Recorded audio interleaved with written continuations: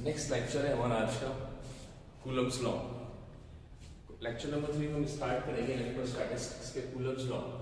सबसे पहले ये देखते हैं कूलम्स लॉ होता है किसके लिए। तो सबसे पहला पॉइंट लिखिए, Coulomb's law it is only for point charges. ठीक है भाई, पॉइंट चार्जेस के लिए है, मतलब छोटे छोटे पॉइंट्स जो होते हैं, इतने बड़े बड़े चार्जेस हैं तो उनके लिए सिर्फ लॉ एप्लीकेबल है। ये नहीं कि हम इतने बड़े बड़े चार्ज ले लें, 1 किलो के चार्ज ले लें या 2-2 किलो के चार्ज ले लें या 100 ग्राम का भी चार्ज ले लें, तो उसके लिए ये पर्टिकुलर कूलम्स लॉ वैलिड नहीं है। अब सवाल ये कूलम्स लॉ होता क्या है। कूलम्स लॉ एक्सपेरिमेंटल लॉ है। एक्सपेरिमेंटल लॉ मतलब एक्सपेरिमेंट से निकाला गया है। तो हम लॉ लिखते हैं, लिखिए the force of attraction or repulsion between any two point charges is directly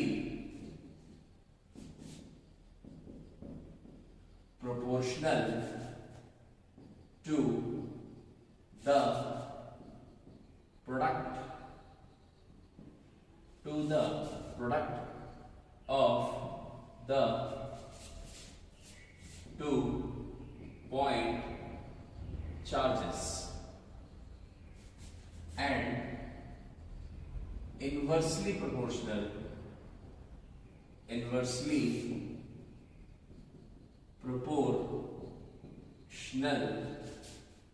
to the square of the distance between them।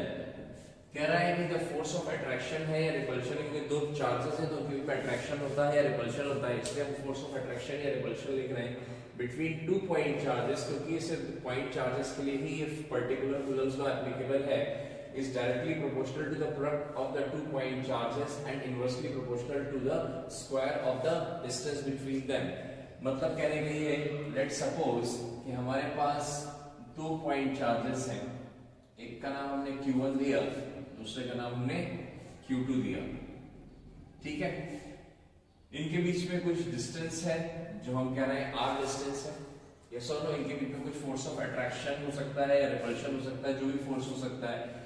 अभी कहता है कि फोर्स जो होता है वो डायरेक्टली प्रोपोर्शनल होता है किसके, इस Q1 और Q2 के, Q1 और Q2 के प्रोडक्ट के, मल्टीप्लिकेशन के। और कह रहा है कि inversely proportional to distance between them. हमने डिस्टेंस क्या ले लिए, R ले लिए, तो R स्क्वायर 1/R स्क्वायर मतलब inversely proportional to R square हो जाएगा। इसी कारण हम इसे इनवर्स स्क्वायर लॉ भी कहते हैं, इनवर्स स्क्वायर लॉ। कई लोग कूलम्स लॉ को इनवर्स स्क्वायर लॉ के नाम से भी जानते हैं, क्योंकि डिस्टेंस जो होती है वो चार्जेस के बीच में कम ज्यादा की जा सकती है, इसलिए इसको इनवर्स स्क्वायर लॉ हम कर सकते हैं। अगर 2 हमने चार्जेस ले लिए, फिक्स चार्जेस ले लिए, तो उनके वो तो फिक्स हो गए, लेकिन ये जो डिस्टेंस है ये वैरी कराई जा सकती है, इसलिए इसका दूसरा नाम है इनवर्स स्क्वायर लॉ। अगर हम इसको एक साथ करके लिखेंगे तो force is directly proportional to Q1 Q2 upon R square, Q1 Q2 upon R square. ठीक है, अब जब ये हमने प्रोपोर्शनैलिटी साइन हटाएंगे अगर हम यहां से, तो फोर्स जो हो जाएगा वो एक constant K into Q1 Q2 upon R square के बराबर होगा। अब सवाल ये है कि ये कांस्टेंट K क्या है और ये कहां से आया है। ठीक है, ये कांस्टेंट K जो है इसको हम कहते हैं इलेक्ट्रो स्टैटिक कांस्टेंट। क्या कहते हैं भाई, इलेक्ट्रोस्टैटिक कांस्टेंट।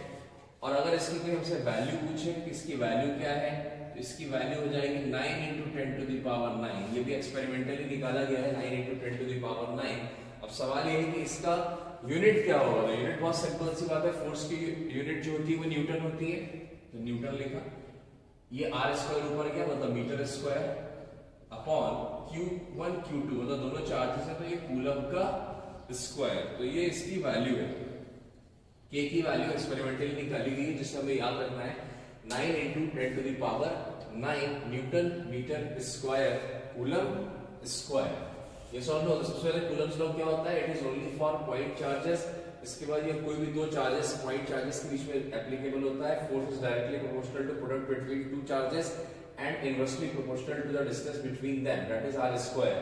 तो हम इसको फार्मूला हमने बनाया तो F = K Q1 Q2 upon R square. यहाँ पर K जो है वो एक इलेक्ट्रोस्टैटिस्टिक कांस्टेंट है। ये सॉल्व हो, इसको नोट कर लीजिए।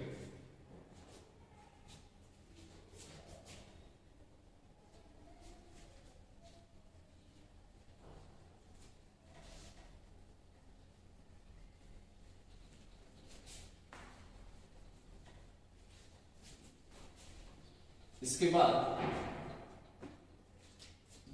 सबसे पहले मैंने ऑलरेडी लिखवा दिया है, एक पॉइंट और लिखिए, it is an experimental law. Experimental law इसलिए कि एक्सपेरिमेंट के थ्रू हमने ये पता लगाया कि फोर्स जो है Q1 × Q2 upon R square होता है। एक्सपेरिमेंटल लॉ इसलिए कहते हैं क्योंकि अगर कोई हमसे पूछे कि ये डिराइव कैसे होता है तो इसका डेरिवेशन नहीं है, हम डायरेक्टली इस लॉ को इस तरीके से स्टेट कर सकते हैं और लिख सकते हैं, it is an experimental law. This is very important thing कि it is an experimental law. इसको नोट कर लीजिए।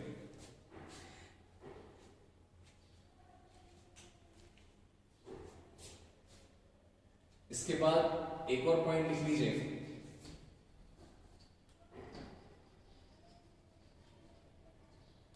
कूलम्स लॉ में जो फोर्स होता है, फोर्स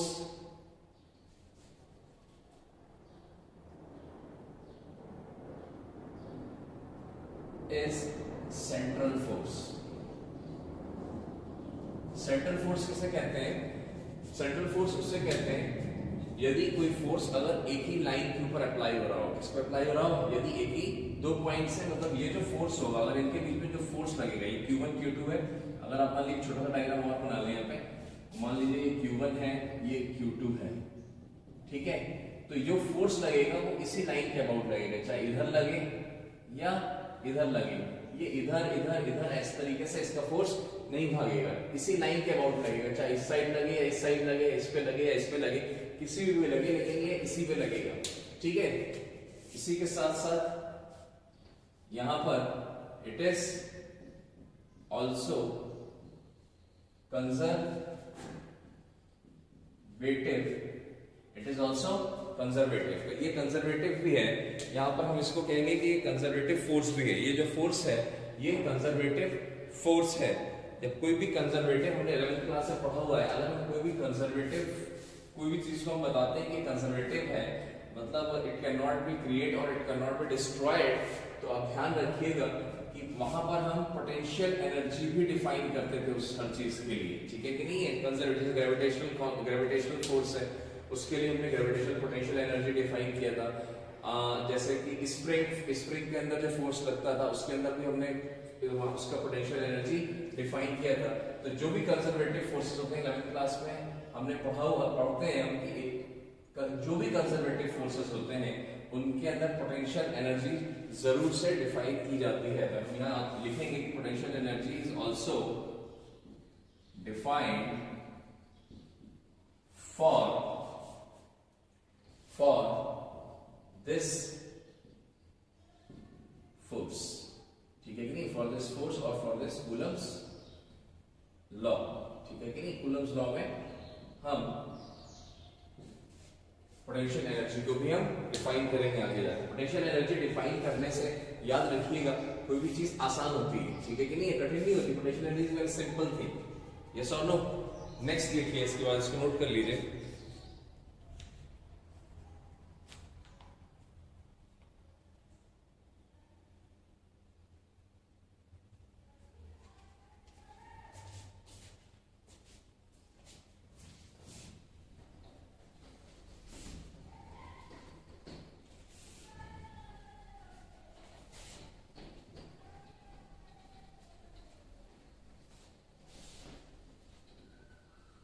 तो हमने क्या क्या पढ़ा भाई?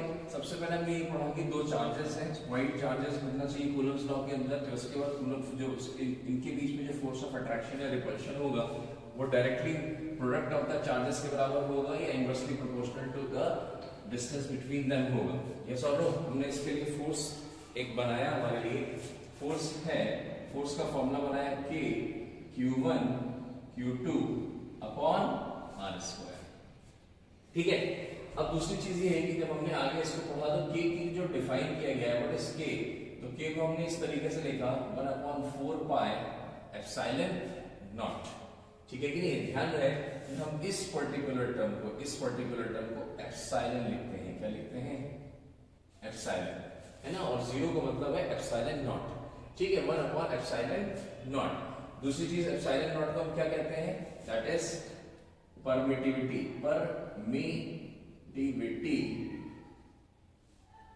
इन एयर और वैक्यूम। ठीक है भाई, एयर या वैक्यूम में इसकी परमिटिविटी, इसका नाम है तो परमिटिविटी कहते हैं, जो कि एयर या वैक्यूम में कही जाती है। ये सुनो, इसके बाद इस परमिटिविटी की जो वैल्यू निकाली गई, मतलब कैसे निकाली गई, हम इसको तो जानते हैं कि 9 × 10⁹ है। ठीक है, इंटू 4 पाई करके इसका इनवर्स किया तो यहां आ जाएगा 8.87 × 10⁻⁻12। अब जब हम इसकी यूनिट लिखेंगे तो क्या लिखेंगे? ध्यान से देखिए, ये है क्या? इस K का उल्टा है जस्ट। तो जब इस K का उल्टा है तो उसकी यूनिट क्या थी भाई? Newton metre square upon coulomb square. तो इसका हो जाएगा coulomb square upon newton metre square. ठीक है, तो एप्सिलॉन नॉट की जो यूनिट आती है वो क्या आती है भाई? Coulomb square upon newton metre square. Clear है भाई? इसके बाद अगर हम इसकी राइट से जब हमने यूनिट पढ़ ली तो यूनिट के साथ साथ अगर हम इसकी, चलो यूनिट अलग से लिख भी लेते हैं कि अगर इसकी यूनिट होगी तो क्या होगी, क्योंकि कोई भी चीज अगर हम नई डिफाइन करेंगे तो हम उसकी यूनिट और डायमेंशन जरूर लिखेंगे, क्योंकि ये बहुत इंपॉर्टेंट होता है। अक्सर पूछ लिए जाते हैं यूनिट क्या है, डायमेंशंस क्या है। तो इसकी यूनिट जो होगी वो coulomb square upon newton metre square. इसी के साथ अगर हम इसकी डायमेंशंस निकालें, ठीक है भाई, तो डायमेंशंस क्या है? कूलम की डायमेंशन होती है a square t square upon Newton मतलब m l t-2 और मीटर स्क्वायर मतलब l स्क्वायर। क्लियर है? तो इसकी जब फाइनल जो हमारे सामने आएगी वो आ जाएगी m-1 l की पावर -3 हो जाएगा। इसके बाद ये t की पावर +4 हो जाएगा और a की पावर 2 हो जाएगा। यस और नो? तो ये इसकी यूनिट है, ये इसकी डायमेंशंस है, ये हमको पता होना चाहिए। हमें रटने की जरूरत नहीं है, फॉर्मूले याद होने चाहिए। फॉर्मूला से हम ऑन द स्पॉट एग्जामिनेशन में अगर कभी बाय चांस पूछ लिया जाता है तो हम आराम से उसको निकाल सकते हैं, आराम से उसको डिराइव कर सकते हैं वहीं पर ऑन द स्पॉट। यस और नो? इसके बाद ये जो एप्सिलॉन है हमारे सामने, सबसे पहली बात है कि ये जो एप्सिलॉन है, ये जो K है, ठीक है, this is only defined for the air और वैक्यूम। अगर हमारा कोई भी दो चार्जेस एयर या वैक्यूम में पड़े हुए हैं तो ये उस पर्टिकुलर के लिए डिफाइंड है 1/4 पाई एप्सिलॉन नॉट। लेकिन मान लीजिए अगर कोई दूसरा मीडियम, ठीक है, मान लीजिए दो चार्जेस है पानी में पड़े हुए हैं, यस और नो, या अल्कोहल में पड़े हुए हैं, कोई भी केमिकल में पड़े हैं, अल्कोहल है, कीटोन है, कोई भी केमिकल के अंदर पड़े हैं, किसी भी चीज में पड़े हैं, मान लीजिए दो सॉलिड है, सॉलिड है कोई, उसके अंदर हमने किसी तरीके से दो चार्जेस को अंदर एम्बेड कर दिया, ठीक है, उसके अंदर घास दिया, तो हमसे कहा जा रहा है बताइए इनके ऊपर इलेक्ट्रोस्टैटिक फोर्स क्या रहेगा, कूलम फोर्स कितना रहेगा, कूलम्बिक फोर्स कितना आएगा। तो यहाँ पर हमको ये चीज जो है वो उस पर्टिकुलर के अंदर क्या होगा, क्योंकि ये जो हमने डिफाइन किया है ये ओनली फॉर एयर है, लेकिन अगर वही चार्जेस दो किसी पर्टिकुलर मीडियम में पड़ा हो तो फिर फॉर्मूला क्या रहेगा।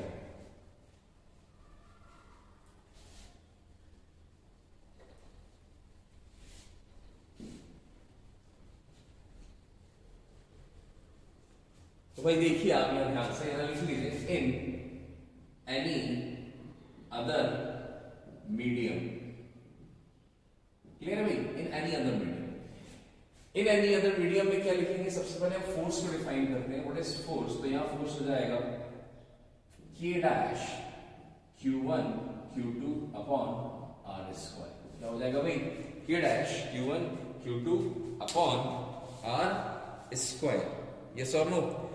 जाहिर सी बात है, जब हमने k डैश लिखा है तो अब जब हम इसको दोबारा लिखेंगे तो इसको हम लिखेंगे कुछ इस प्रकार से 1/4 पाई एप्सिलॉन। मैंने यहां से नॉट हटा दिया है, not is only for air.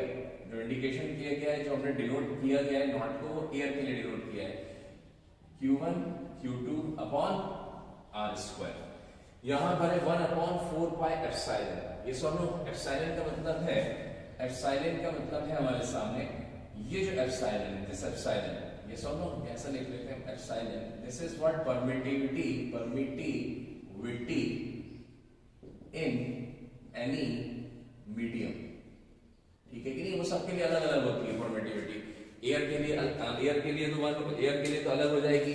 इसके बाद हमारे सामने एयर के अलावा और पानी के लिए अलग है, वाटर के लिए अलग है, एल्कोहलिक अगर कुछ है तो अलग है, जिसका जो भी है। अगर मान लीजिए किसी ने हनी के अंदर, शहद के अंदर मान लीजिए अगर 2 चार्जेस को डाल दिया, तो शहद की जो परमिटिविटी है वो हमारे लिए अलग रहेगी। ठीक है कि नहीं? है permittivity in any other medium. तो इसको नोट कर लीजिए।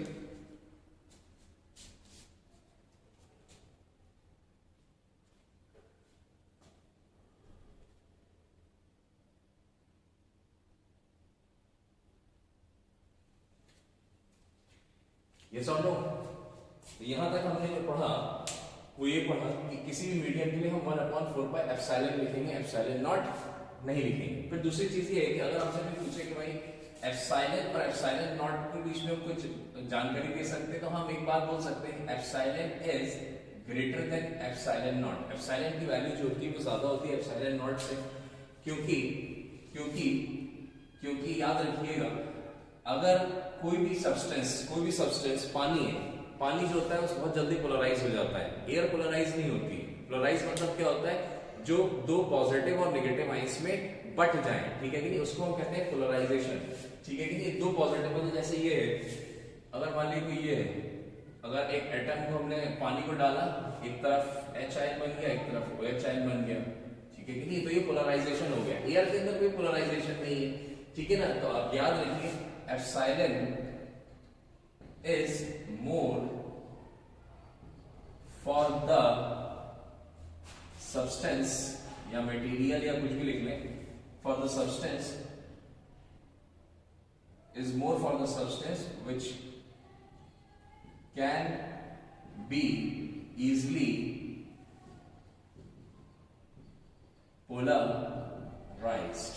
ठीक है कि नहीं? which can be easily polarized। तो epsilon is greater then epsilon not क्यों होता है भाई? क्योंकि एप्सिलॉन हमेशा ज्यादा होगा किसके लिए? जिसके अंदर, तो अब एक बात समझिए, जैसे कि हमारे सामने ये फोर्स का फॉर्मूला है, F इज इक्वल टू 1/4 पाई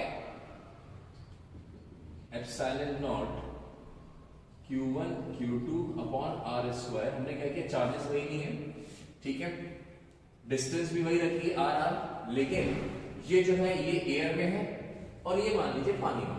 ठीक है कि नहीं है? अब जाहिर सी बात है, क्या ये एप्सिलॉन ज्यादा होगा, इसका एप्सिलॉन ज्यादा होगा। जब एप्सिलॉन इसका ज्यादा होगा, इसका एप्सिलॉन नॉट कम है, तो जाहिर सी बात है इसके ऊपर फोर्स ज्यादा लगेगा, इस पर फोर्स कम लगेगा। ये सॉल्व हो? अगर आप एक सेकंड इसको F डैश मान लें, तो F डैश की वैल्यू कम होगी, मतलब क्या हो गया, F dash is less than F। ठीक है कि नहीं? मतलब क्या हो गया, अगर हम किसी दूसरे एयर के अलावा किसी भी मीडियम में अगर हम अपने इन चार्जेस को डालेंगे, तो जो हमारा फोर्स आएगा वो उसके कंपैरिजन में कम फोर्स आएगा। कितना फोर्स आएगा? उसके कंपैरिजन में कम फोर्स आएगा। क्यों? क्योंकि एप्सिलॉन की वैल्यू जो होगी किसी दूसरे मीडियम के लिए, वो एप्सिलॉन नॉट से, मतलब एयर वाले एप्सिलॉन से ज्यादा होगी। परमिटिविटी इन एयर हमेशा ज्यादा होती है। यस और नो?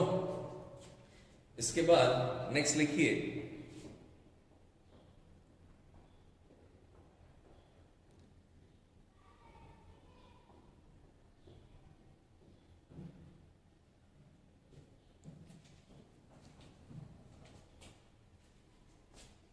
नोट कर लिया होगा आपने,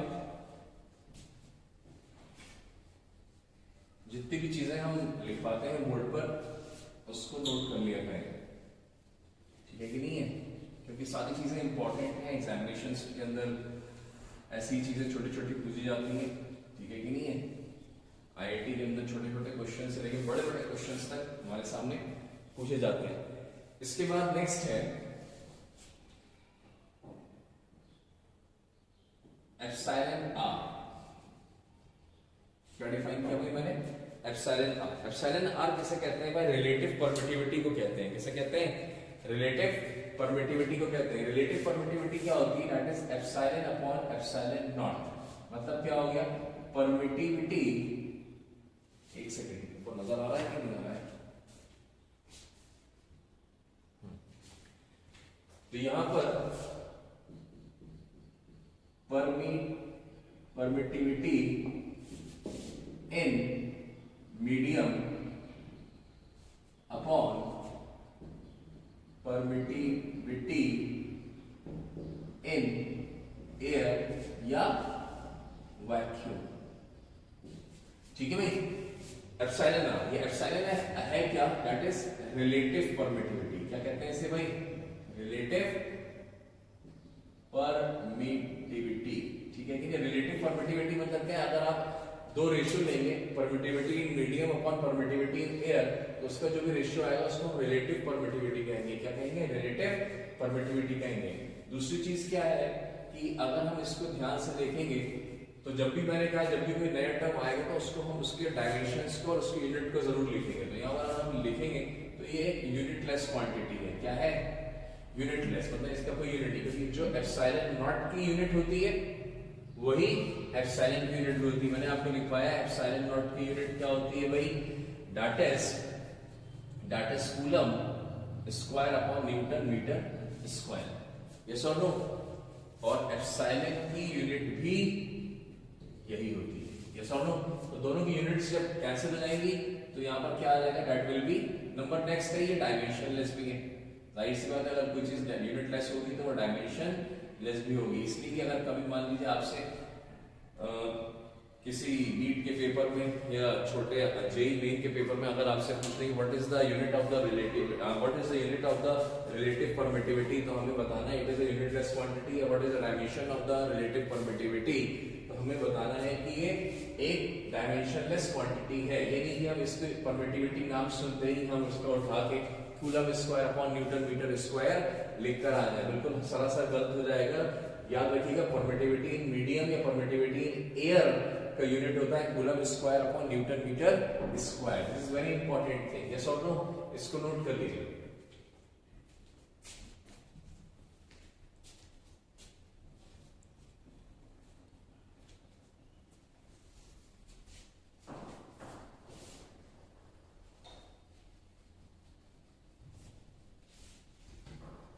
इसके बाद मान लीजिए, जैसे कि मैं बार बार चर्चा कर रहा हूं पानी की, वाटर की, ठीक है, तो वाटर की अगर हमसे कोई पूछेगा कि इसकी रिलेटिव परमिटिविटी कितना है, तो आप इसका आंसर क्या देंगे, दैट इज 80।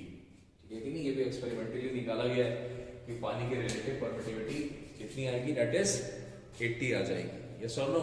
और मान लीजिए एक और होता है दैट इज मेटल, लोहा, जिंक, कोई भी मेटल ले लो, और अगर आपसे कोई कहे कि इसकी रिलेटिव परमिटिविटी कितनी है, तो आप कहेंगे दैट इज इन्फिनिटी। मतलब इसकी रिलेटिव परमिटिविटी कितनी है, इन्फिनिटी।